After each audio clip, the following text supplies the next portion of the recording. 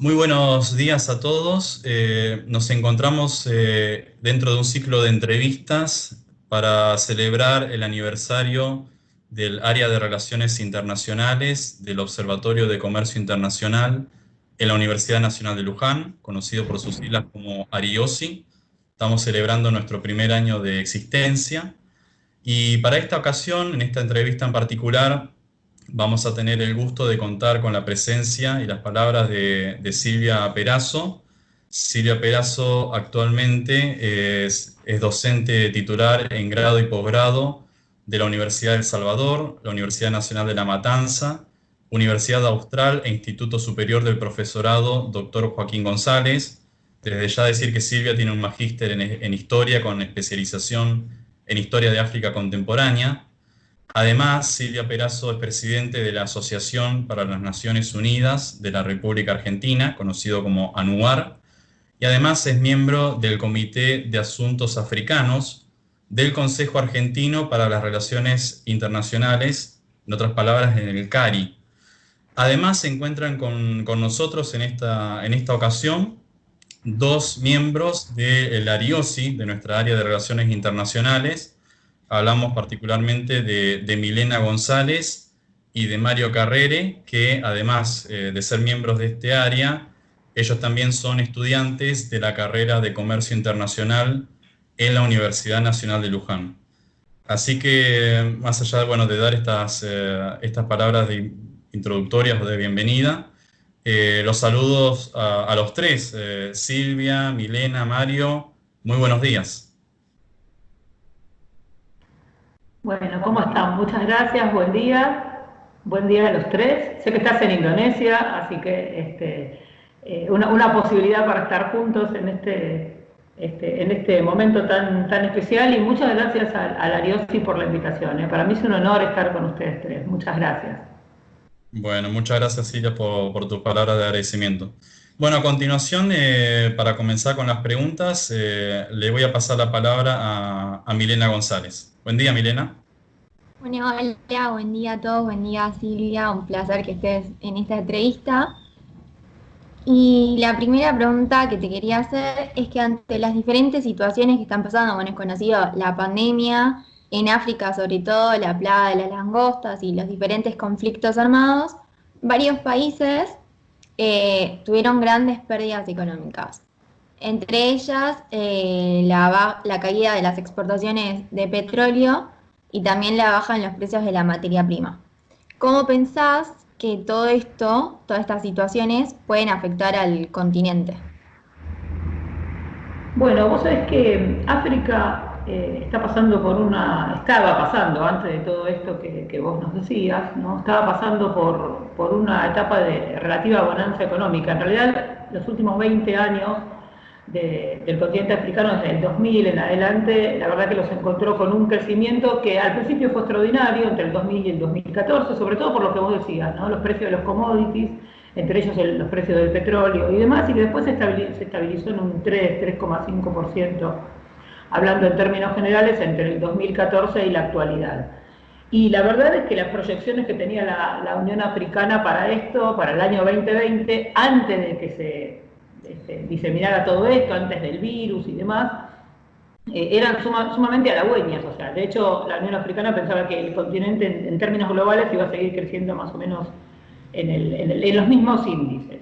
Bueno, todo esto se paralizó, ¿no?, a partir de febrero, marzo, y la verdad es que el derrumbe, o sea, la caída inédita de los precios del petróleo, le dio un golpe de gracia bastante importante a algunas economías africanas que viven de la exportación del petróleo, ¿no? Por ejemplo, el caso de Nigeria, el caso de Angola, el caso de Guinea Ecuatorial. Para Angola y para Nigeria representa más del 80% de las exportaciones del petróleo, ¿no? Entonces, entre eso y el accionar de la OPEP, ¿viste? Que digamos, le pusieron un cupo a la producción de petróleo que después no fue cumplido, y entonces la pelea entre Rusia y Arabia Saudita y todo eso afectó aún más, ¿no?, sobre todo los índices negativos del precio del barril del petróleo y demás, afectó aún más a lo que son economías que son altamente dependientes de eso. Lo mismo pasó en Argelia, Por ahí menos afectó a otras economías que están un poco más diversificadas, pero los que dependen exclusivamente del petróleo, la verdad es que en este momento están en un proceso económico que dependen de la emisión monetaria, por ejemplo, ¿no? De utilizar algunas remesas que le habían venido en concepto de otro tipo de inversiones y demás. Y el otro rubro que fue fuertemente afectado por todo lo que vos decís fue el tema del turismo, que también es una fuente de ingreso muy importante en África. Casi toda África del Este tiene, digamos, un 20% de sus ingresos tiene que ver con el turismo. Entonces, la paralización inédita, ¿no?, de la movilización de personas, el cierre de fronteras, ¿no?, el cierre de fronteras interno y hacia el exterior, ¿no?, en definitiva. La verdad es que hizo que para algunos destinos que son muy, digamos, requeridos por los turistas, el caso de, no sé, de Kenia, de Tanzania, Islas Mauricio, Seychelles, Nigeria, bueno, mismo Sudáfrica, ¿no? Y todo el sector que está vinculado al turismo, desde transportation hasta hotelería, gastronomía, excursiones, todo eso significó un parate enorme en África del Sur y en África del Este, ¿no? Es difícil de ver qué es lo que va a pasar. África tenía varias... porque hay otra cosa que es importante también de decir en general respecto al continente africano, que más allá de que están cerradas también casi todas las fronteras internas, no todas, pero la mayoría están cerradas, el comercio intracontinental, ¿viste? El intraafricano es solamente el 14% del total del continente. Casi todo hacia el exterior, entonces más lo afectó. O sea, la dependencia de los commodities, la dependencia del turismo, la poca diversificación de la economía, ¿no? Y el poco comercio interno, ¿no?, eso hizo que África económicamente la golpeara de una manera especial. Ahora, las proyecciones de la Unión Africana, que está bastante imbuida en esto, ellos piensan que en el mejor escenario tendría que ver con que sus principales partners extracontinentales se levanten de la pandemia y de todo esto en julio-agosto, ¿no? Si eso empieza a caminar, ¿no?, ellos piensan que África puede tener una recesión, ¿no?, un crecimiento negativo del 0,5-0,9%, si no está arriba del 1%, ¿no? Y la agarra en África, como te decía, todo esto de la pandemia, la agarra África en un momento con muchos proyectos económicos importantes, ¿no? El tema del área de libre comercio. Sí, te iba a decir eso, que iba a salir ahora en julio el área de libre comercio y bueno, eso se paralizó completamente. Sí, como dice la Unión Africana, ¿no?, que ellos son los que lo impulsaron, está como rediseñándose, es decir, está reviéndose cuándo lanzarlo. Lo iban a lanzar en julio y ellos esperaban un crecimiento espectacular de lo que hablábamos recién, del comercio intracontinental, de aproximadamente un 50% en el primer año de implementación. Bueno, esas metas se están repensando, ¿no es cierto? Se está rediseñando todo, se está rediseñando el cronograma para lanzarlo, no hay todavía una fecha. En realidad, depende mucho de cómo se desarrolla el COVID en África. En realidad, que por ahora va bastante tranqui, podríamos decir, ¿no? Más allá de los informes catastróficos que se dieron desde Naciones Unidas, de la Unión Europea y desde la OMC también, eso todavía no llegó. Entonces, pero como África, digamos, está tan vinculado, está tan relacionado con el exterior, no es una cuestión de que no llegue a África, es una cuestión de que se levanten sus partners, ¿no? Entonces, hay que ver eso, cómo evoluciona. El área de libre comercio, por ahora está como, no congelada, sino que está, digamos, viendo, ¿no?, cuándo lo pueden lanzar. En julio no va a ser, porque hasta que no levanten las restricciones fronterizas, o sea, es imposible hacerlo. Pero sigue estando presente. La idea, igual te digo, es fortalecer la economía intracontinental, ¿no? Lo cual creo que si se lograra implementar lo antes posible, también podría darle un empujón al continente en sí mismo, ¿no? La Unión Africana es mucho más fuerte que por ejemplo, lo que es la OEA, ¿no?, o que en cierta forma lo que era el ASEAN, ¿no?, lo que es el ASEAN. O sea, quiero decir que hay una cohesión y un compromiso de los estados por ahí mayor, por necesidad sobre todo, ¿no?, más allá de sus diferencias internas. Entonces, esta cohesión puede ser que los empuje hacia adelante. Puede ser una herramienta que les sirva para salir de todo esto que vos me planteabas antes, ¿no? Y también puede, como todo mercado de libre comercio, ¿cómo se llama?, subrayar las asimetrías. Esto te puede pasar también. Las economías en África no son iguales. Acá estamos dando un paneo general, obviamente, pero no es lo mismo Malawi que Sudáfrica, Sudáfrica que Botswana, Botswana que Nigeria, o sea, es muy diverso. Entonces hay que ver hasta dónde un área de libre comercio no subraya las diferencias en vez de cohesionar. Así que te diría que hay que esperar, ¿no? El escenario este general de incertidumbre también lo tenés en África, ¿no? Que estamos tratando de ver hacia qué lado va. Hay líneas de acción, han tendido puentes, ¿no? Tienen 3 escenarios diferentes, desde el mejor escenario hasta el más catastrófico, digamos. Y hay que ver hasta dónde va, digamos. Bueno, a continuación Mario te va a realizar la siguiente pregunta.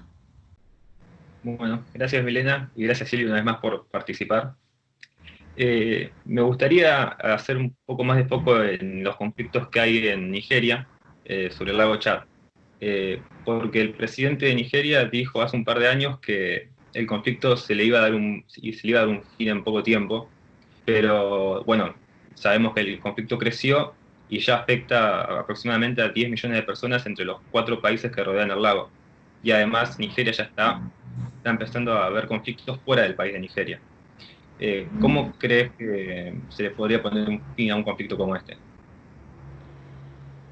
Bueno, todo lo que vos decís es verdad, en realidad. Se minimizó este conflicto. Desde que surgió, digo, el tema de Boko Haram, es mucho más complejo la cuestión, pero la verdad es que cuando surgió Boko Haram, allá por el año de 2002, nadie le dio importancia, ¿no? Se pensó que era un grupo de tinte únicamente religioso, ¿no? Y bueno, que no iba a representar un peligro para el país. No se atendió debidamente. La verdad es que cuando surgió todo esto en el norte de Nigeria, Nigeria estaba como firmemente empeñado, ¿no?, en retomar la senda democrática que había empezado pocos años antes, ¿no?, y en posicionarse internacionalmente como el líder de África, ¿no?, que es lo que busca hacer en definitiva Nigeria, ¿no? Nosotros desde acá, desde Argentina, siempre pensamos en Sudáfrica, pero la verdad es que el país, digamos, que para los africanos internamente significa, ¿no?, como la representación continental es Nigeria. Entonces estaba muy enfrascado en eso, ¿no?, con una gran presencia internacional, ¿no?, sus diplomáticos iban adquiriendo distintos cargos como funcionarios internacionales en diversos organismos internacionales, no solamente Naciones Unidas, ¿no?, sino también interlocutores eran los interlocutores y los mediadores obligados en casi todos los conflictos africanos y demás. Entonces se le prestó poco importancia a esto. De a poco el movimiento fue creciendo y a partir del 2009 se transformó en una amenaza real a la integridad, no solamente para la paz de Nigeria, sino la integridad territorial de Nigeria y toda una amenaza regional, ¿no? Digamos, es difícil, vos me preguntabas cómo se puede terminar con esto. Es difícil porque donde está expandida este grupo y todos los grupos aledaños, ¿no?, que se desprenden de Boko Haram o que tienen que ver con otros movimientos similares del Sahel y que terminan en el norte de Nigeria o en Níger, ¿no?, o en Chad o en toda la región del lago Chad. Es difícil porque es toda una región que ha sido abandonada por el Estado durante muchísimo tiempo, ¿no? Entonces los gobernantes minimizaron la amenaza pensando que rápidamente lo iban a poder, digamos, materizar, lo iban a poder regular y lo iban a poder extirpar. Y no es así, porque al haber sido históricamente desde la independencia poblaciones abandonadas por el Estado, que no tenés ni agua potable, ni los elementos sanitarios básicos, ni educación, ni nada, son zonas abandonadas absolutamente por el Estado. Estos movimientos, al principio, ahora no, pero al principio se enquistaban dentro de la población civil ofreciendo eso que el Estado no les daba. O sea, en definitiva, ocupando el lugar del Estado. Entonces tuvieron mucho apoyo al inicio de la población civil, ahora ya no, porque las formas de reclutamiento son absolutamente brutales, ¿no? Y además han expandido su accionario y han llegado a tomar temporalmente ciudades completas, ¿viste? Entonces, hoy que prima la violencia por sobre los servicios, no tienen tanto apoyo civil, pero reclutaron un montón de personas, o sea, reclutaron mucha gente, digamos, ocupando el lugar estatal. Entonces, ahora, en muchas regiones del norte de Nigeria o del sur de Nigeria, es difícil diferenciar la población civil de los que apoyan a los yihadistas, de los que forman parte de estos movimientos. Entonces, es difícil porque están expandidos en una zona, digamos, vasta, en la que el Estado no tiene base, y que además hay otra cuestión que vale la pena mencionar, y es la mala prensa que tiene el Estado. ¿Sí? La relación en general, ¿no?, en África Occidental entre los gobernados y el Estado no es la mejor, ¿no? Las poblaciones han visto en el Estado, desde que se formó hasta ahora, y sobre todo por muchas prácticas de mala gobernanza, digamos, al Estado no lo ven como lo ven como un elemento disruptivo, ¿sí? Como una institución que les ha limitado todo el accionar que ellos tenían antes, no antes con la colonización, sino en realidad en sus formas de vida tradicionales. Entonces, tanto los últimos dos presidentes, Goodluck Jonathan o Buhari, ¿no?, de ahora, que son de grupos étnicos distintos y de religiones diferentes, todos pensaron que mandando el ejército, ¿no?, y con la fuerza de las armas iban a terminar con el movimiento, ¿sí? Y en realidad no lo pudieron hacer. Entonces terminaron, ¿no?, ahondando las diferencias con la población civil, porque tuvieron prácticas brutales, desde interrogatorios hasta represalias con las poblaciones masivas comunes nigerianas del norte de Nigeria, ¿no? Entonces no diferenciaron entre unos y otros. De hecho, hay un montón de informes de asociaciones de derechos humanos donde hablan de la violencia estatal contra la población civil en busca, ¿sí?, del terrorismo. Entonces, es difícil de decir cómo podemos hacer para terminar con la violencia. Hay una parte que tiene que ver con la solución militar, pero hay otra parte que tiene que ver con las prácticas estatales en esta región, ¿sí? Es decir, hay que mejorar la relación con los gobernados, hay que atender a las relaciones económicas, hay que darse cuenta de un montón de una serie de conflictos comunitarios que vos tenés en el norte de Nigeria y que también ayudan a la expansión del terrorismo, que es el abandono de todas las poblaciones nómades, por ejemplo. Hay que repensar la política de tierras, hay que repensar la política impositiva, hay que desarrollar las zonas más alejadas de las capitales, y recién ahí vas a poder recomponer, por un lado, el tejido social y por otro lado el tejido y la relación entre la gente y el Estado, para que, digamos, en una confianza mutua, las poblaciones, digamos, dejen de lado digamos, cierto apoyo hacia los grupos armados y por otro lado puedan confiar en el Estado. Es multidimensional el conflicto, ¿no?, como pasa en general con todos los grupos armados del Sahel. No es tan fácil como decir hago una solución militar corta, breve, al pie y termino con la cuestión.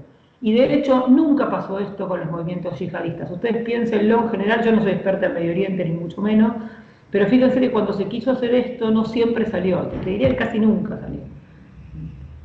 Porque el spillover es inmenso, digamos, con esto. Bueno, vos también planteabas el problema de los jóvenes, que son, sobre todo para el grupo terrorista Boko Haram y entre otros que habrá en la zona, son como la presa fácil. Entonces, ¿cómo se podría ayudar a esos jóvenes para que no vean su salida en el terrorismo, que puedan tener otras oportunidades? Bueno, vos sabés que ese es uno de los kits de la... es muy buena pregunta porque es uno de los puntos más importantes que hay que atacar si querés terminar con la violencia terrorista, ¿no? El tema es qué hacemos con los jóvenes. En África tiene una población muy joven en general, ¿no es cierto? Esto se ha dicho mucho estos últimos tiempos con respecto a la pandemia, ¿no?, cuyo promedio está cerca de 20 años. Pero sobre todo en África Occidental hay una franja etaria que es la que ahora tiene entre 15 y 25 años, ¿no? En general, que han visto todos los peores conflictos armados de la década del 90, ¿no?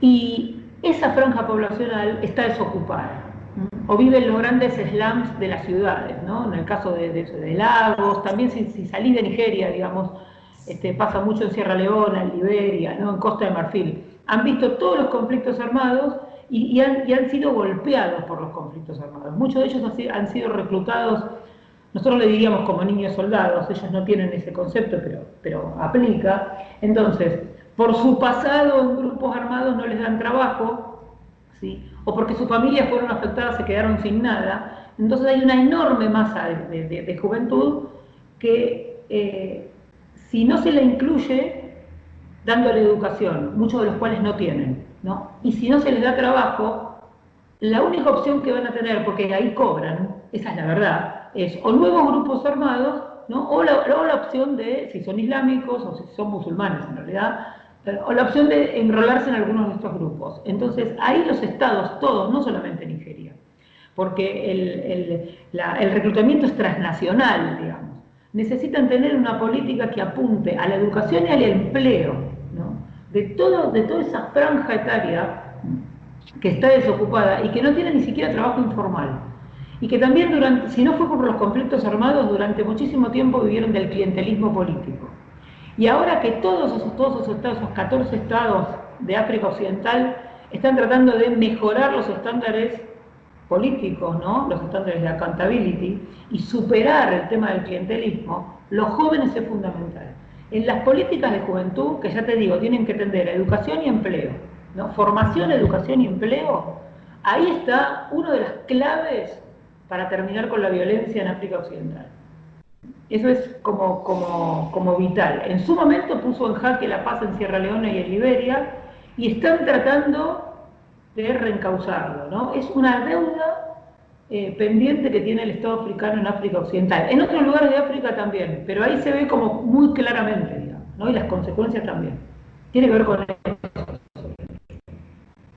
Y bueno, también si nos centramos en los jóvenes, las mujeres, digo, se dice que es la nueva presa, como sabemos, a lo largo de los años hay más de 2000 mujeres secuestradas que se violentaron sus derechos, digo, la mutilación genital, violaciones, entre otras cosas. ¿Cuál sería la lucha de la mujer, la representación de la lucha de la mujer en países donde no hay avances en cuanto a sus derechos? Bueno, vos sabés que la pregunta se puede dividir en varias cuestiones, ¿no? Yo la verdad es que no sigo mucho las cuestiones de género en África por una cuestión de tiempo, no porque no me interese, ¿no? Es como que uno no alcanza a cubrir todo lo que le gustaría, digamos, ¿no? Pero este movimiento así que vos tenés internacional de mujeres, ¿no? También llegó a África.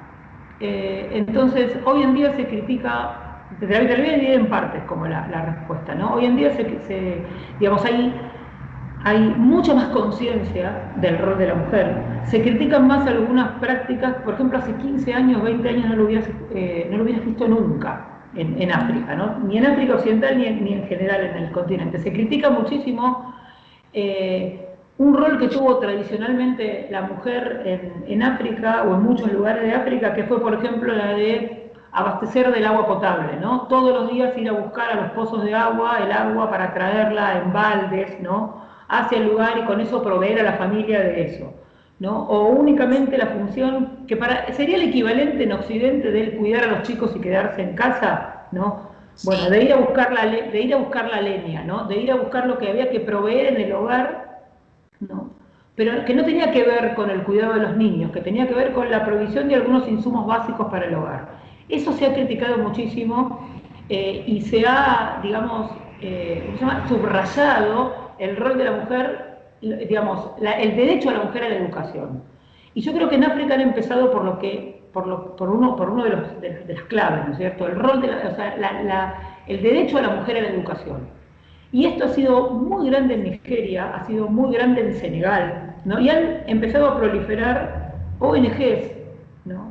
Para, ¿cómo se dice esto? Para defender el derecho de las mujeres a la educación, ¿no? y a dejar de ir a buscar agua, ir a buscar leña, proveer el carbón y demás, ¿no? Por supuesto, contra el trabajo de la mujer en las minas, por ejemplo, las minas de diamantes, las minas de oro, que era, como tradicionalmente también se ve, mucho menos remunerado, ¿no? que el de los hombres, claro, que el de los hombres, ¿no? Esto respecto a los derechos en general. O sea, hay cifras en este momento inéditas, ¿no?, de presencia de mujeres en la universidad, por ejemplo. Esto en Nigeria es claramente evidente. Y digamos, de la mano de la educación te viene el resto de los cuestionamientos. La mutilación genital femenina, que hace 20 años no se discutía en un lugar como Nigeria, hoy se discute, ¿no? Hace 15 días tuvimos la condena de estas prácticas en Sudán. Sudán es una de las ciudades más tradicionales, no más apegadas a un islam estricto, y si querés, vinculado a este tipo de prácticas de relegamiento femenino, y hubo una condena pero explícita hacia esto, ¿no? Lo más importante, yo siempre digo, que es el cambio de conducta desde la base, porque el Estado y las instituciones internacionales llegan después, siempre. Bueno, eso lo estás viendo en África, cada vez con más fuerza. Cada vez hay más mujeres empresarias en África, en los CEOs de diversas empresas. Cada vez hay más mujeres en los elencos gubernamentales, ¿no? Hay varios presidentes, varios primeros ministros. En Ruanda, la mayor parte del parlamento. Ruanda no es un ejemplo de gobernabilidad democrática, si vos querés. Bueno, después de esto no entro nunca más a Ruanda, pero digamos, en ese sentido, la reivindicación de la mujer ha sido muy importante, no solamente la reivindicación política, sino además la de sus derechos, ¿no es cierto? Eso, digamos, por un lado, respecto a los movimientos de mujeres. Si bien todavía las prácticas, estas que son aberrantes, siguen existiendo, porque no es que han dejado de existir, hay un cuestionamiento mucho mejor, mucho más firme. En Somalia está en un proceso de desintegración estatal desde hace más de 30 años, en realidad. Los movimientos de mujeres, ¿no?, son uno de los más fuertes de África, ¿no? Y también reaccionan contra este tipo de prácticas, ¿no? Y mirá que estamos hablando de un lugar donde uno, por ahí es el último lugar donde pensaría que podrían existir estos movimientos, y sin embargo existen. Y para cerrar lo que vos me decías antes de las mujeres reclutadas y demás, vos sabés que yo tengo pocos datos respecto a esto. Es decir, hay muchas mujeres secuestradas, ¿no?, de rehenes para prostitución, para matrimonios forzados, ¿sí?, para trabajos forzados, para redes de trata de personas, por movimientos terroristas y por las redes de crimen transnacional organizado. Pero no son un blanco específico del terrorismo, es decir, no están buscando mujeres, ¿me entendés? Específicamente. Hay pocos atentados, además, que tengan que ver con la utilización de mujeres. Ha habido algunos en Kenia, no los más grandes, no el del campo de Geriza, no el del shopping del Westgate, pero hay algunos puntuales que se han dado en Kenia que estuvieron organizados por mujeres y por mujeres refugiadas que habían entrado a Kenia por los campamentos de refugiados, pero en general no se utilizan a las mujeres, ¿no? O sea, yo sé que hay mucho dando vueltas sobre eso, pero por Sí. ahora no es una tendencia que vos veas, ¿no? Por lo menos, probablemente nos enteremos más tarde, ¿no?, de los nuevos modus operandi, pero digamos, que uno pueda tener cifras y datos ahora de eso no es tan evidente. Sí, para las otras prácticas que obviamente vulneran todos los derechos humanos, ¿no? No solamente Pero para el mujeres. terrorismo específico no. Claro, por lo menos por lo que se ve hasta ahora, ¿no? Por las prácticas que se ven hasta ahora. Bueno, y para cambiar un poco de tema, me gustaría un poco tocar el tema de China, porque últimamente tiene los puestos ojos en África y está invirtiendo en energía, en transporte, y quería saber cuál es la naturalidad de la relación y cómo espera que evolucione China en la relación con África, mejor dicho, cómo espera que África, cómo espera África que evolucione la relación con China. Bueno, vos sabés que los chinos han descubierto, entre comillas, ¿no? África hace mucho tiempo, ¿no? Ya a finales de la década del 70 y principios de los 80 tenés una gran presencia china en diversos rubros. La naturaleza de la relación, que es una de las cosas que vos me preguntabas recién y cómo esto evoluciona, a China le han importado digamos, no todos los rubros, ¿no? Pero digamos, se ha destacado en toda la parte de lo que son construcciones, ¿no? Vías de comunicación desde autopistas, caminos, trenes, mejoras edilicias, ¿no? Infraestructura, hasta oleoductos, por ejemplo, ¿no? Es decir, o sea, el marco de acciones es como muy amplio. Ahora, la naturaleza de la relación tiene que ver, o sea, ¿por qué caló tan hondo en África? ¿Por qué hicieron hace 30, 35, 40 años que han mirado África y les ha ido bien en África? Porque, como decía un embajador, el embajador de Sierra Leona en Beijing, ¿no? Hace muchos años, los chinos no te preguntan nada. Los chinos van y lo hacen. No te piden accountability, no te piden respeto a los derechos humanos, ¿no? No te piden que cumplas con los compromisos de la deuda, no se meten en la política interna, no se meten en los asuntos internos de los estados africanos. Entonces te lo proponen y si el Estado acepta, van y lo hacen, ¿no? Y te cumplen con los plazos. Te dicen, en 3 años construimos una autopista, traemos tantos trabajadores, traemos tanto capital, traemos esta fuerza de seguridad, nos encargamos de esto y de lo otro. Y lo hacen, se cumplen los términos, ¿no? O sea, los términos en los que acordaron, ¿no? Y las condiciones. Y los resultados los ves a la vista, ¿no? Entonces, uno puede pensar, bueno, ¿habrán hablado con Sudáfrica? Sí, obviamente hablaron con Sudáfrica, pero también estuvieron y están en Sudán del Norte y en Sudán del Sur. Hablaron con Kenia, ¿sí? Pero también hicieron proyectos en Ruanda, ¿no? Que ya te digo, van desde estadios de fútbol hasta la mejora en redes de transporte, por ejemplo, ¿no? Entonces, los términos tienen que ver con eso. También los términos, o sea, la naturaleza de la relación. De a poco se fue incluyendo en todos estos tratados comerciales la sociedad civil, ¿no? O sea, intercambios de estudiantes, intercambios de profesionales, ¿no? Africanos que fueron a Beijing, ¿no? Chinos que llegaron a África, ¿sí? Intercambio de experiencias. Cierta transferencia, cierta, porque esto hay que hacerlo entre comillas, cierta transferencia científica, ¿no? Transferencia tecnológica. Entonces, a los africanos les cerró, en definitiva, ¿no?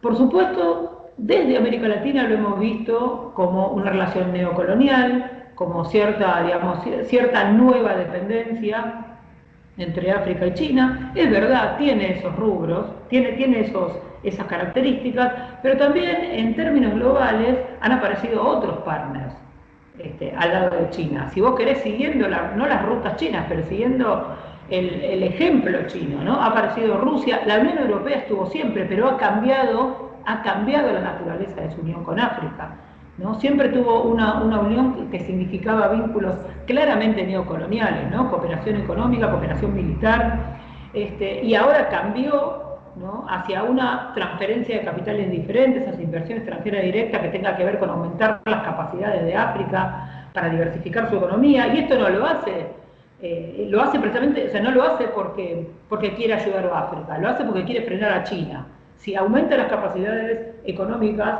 del continente africano, su principal competidor, que es China, le va a poder poner un freno. Apareció Estados Unidos con una naturaleza distinta de su relación con China. Bueno, apareció Rusia, como dijimos antes, ¿no? Aparece el sudeste asiático, Japón, Indonesia, Tailandia, Vietnam y por supuesto Japón y la India, que históricamente tuvieron una vinculación con la costa este de África y el Índico, con Kenia, con Tanzania, con Mozambique, están ahí también, ¿no? Entonces, esta diversificación, ¿no?, de socios comerciales africanos, si los estados africanos lo manejan bien, creo que puede ser muy beneficioso para el continente. Y le puede poner un freno a esa hegemonía, ¿no?, extranjera china que ha primado los últimos 30 años en el continente. Claro. Y me gustaría, para concluir, si nos podría decir una reflexión breve de 1 minutito máximo, ¿Cuáles son los vínculos actuales entre África y Argentina en general? Bueno, Argentina se ha vinculado tradicionalmente más que nada con África del Norte, ¿no? De hecho, si ustedes ven la cantidad de embajadas que tiene Argentina en África, la mayor parte de ellas están sobre todo en África del Norte. Últimamente, en el año 2013, se reabrió la embajada argentina en Etiopía, lo cual es importante porque Etiopía es un símbolo cultural e histórico de África, ahí está la sede de la Unión Africana, entonces eso ha sido un signo sumamente alentador. Ahora, más allá de esto, y más allá de que Argentina tiene un comercio que es superavitario, sobre todo con Argelia y con Sudáfrica, la relación entre Argentina y África no ha sido prioridad de nuestra política exterior, te iba a decir en los últimos 40 años, pero en realidad nunca, ¿no?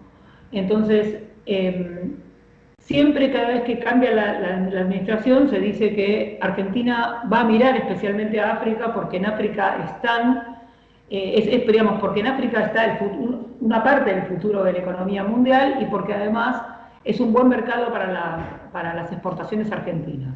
Hasta ahora eso no se ha verificado, más allá de que se ha revitalizado una dirección de África en Cancillería, ¿no? De África subsahariana en Cancillería, pero hasta ahora no se le ha prestado digamos, la importancia que tiene para otras regiones, como hemos hablado antes a partir de otras preguntas de ustedes, no se le ha prestado esa atención y no se evidencia en sí mismo un cambio de política que nosotros pudiéramos decir, bueno, sí, Argentina ahora va a redireccionar sus misiones comerciales hacia África. Ojalá lo haga, porque gran parte del futuro creo yo que está ahí.